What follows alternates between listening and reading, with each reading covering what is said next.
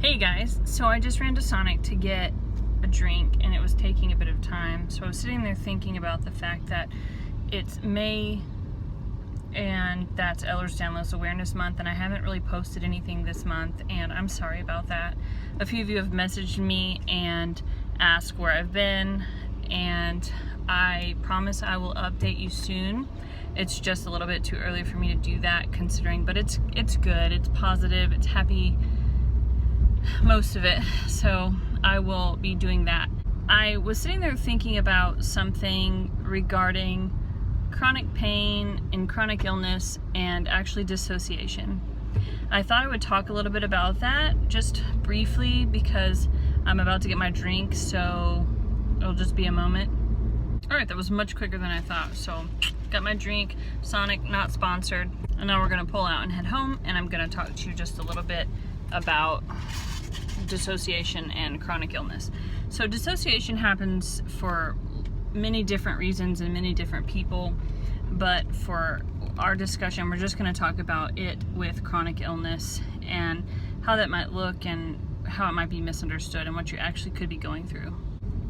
Literally, the purpose for talking about this is just to normalize it for both you, the experiencer of possible dissociation, as well as the people who are around you. So I'm home, and I know I could have waited till I got home to make this video, but honestly there have been several videos I wanted to make this month, and I don't know why, I just keep putting it off. It's not that I don't want to make videos, but just so many things are going on and it just doesn't seem to happen. So I thought if I start it now, I'll have to finish it. So you're gonna get out with me and hang out for a moment.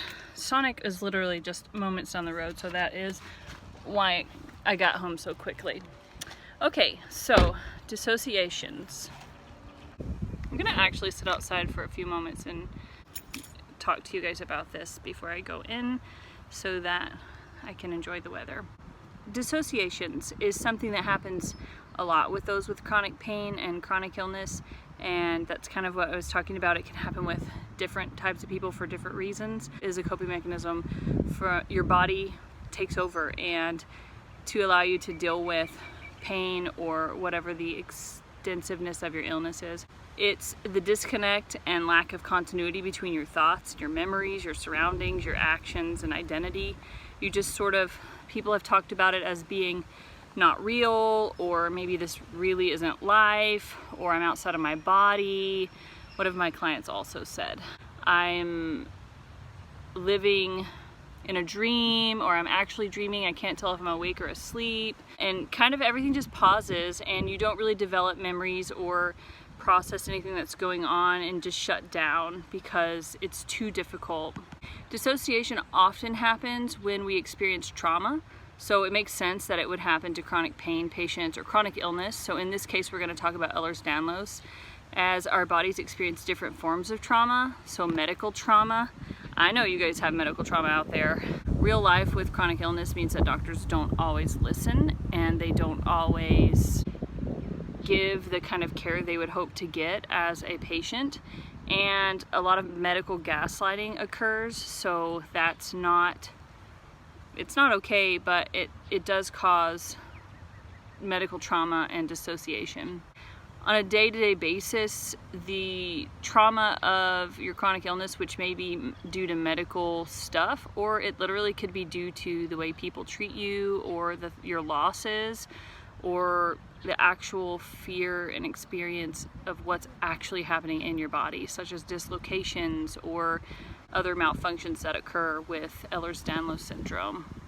Something interesting that I recently read, neuropsychological processes coupled with pain are closely related to the mechanism of consciousness. Past research indicates that painful experiences may induce a dissociated state. So that could be zoned out, checked out, mental vacation. Information in that time is actually stored in the wrong place in the brain, so it's not really processed, which sometimes can be solved by therapy such as EMDR. So if you guys have not checked out EMDR, it's not just for veterans or people who have had specific trauma.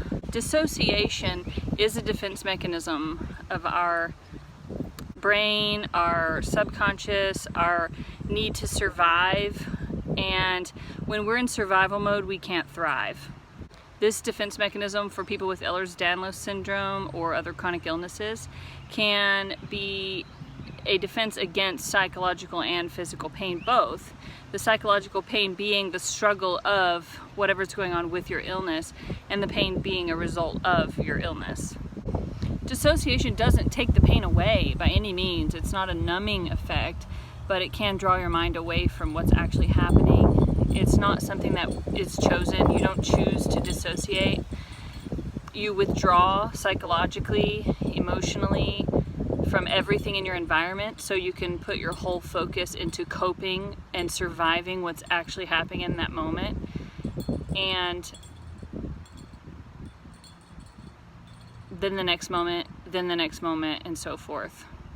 It can be as severe as removing every stimuli to a complete blanked out moment where you can't recall anything going on. That's not uncommon.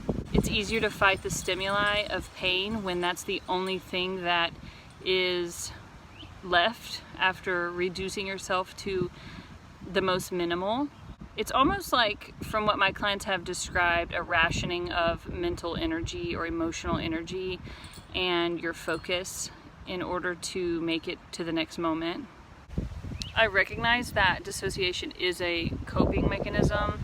It can serve a purpose for a period of time, but if it becomes habit or too constant, you actually lose out on timeline and time frame. Can you look back and put your days in a timeline? Can you look back over your life and create a timeline of what's happened or your experiences? People with severe trauma can actually lose time on a larger scale, even years of time, due to dissociation. So our memory should be stored in our hippocampus, and when your limbic system is in survival mode, the hippocampus is offline. It's not storing your memories. So a lot of times they're stored in the body, they're stored in other areas, to where that's where triggering things come from, and you're triggered by and may not know why you're triggered.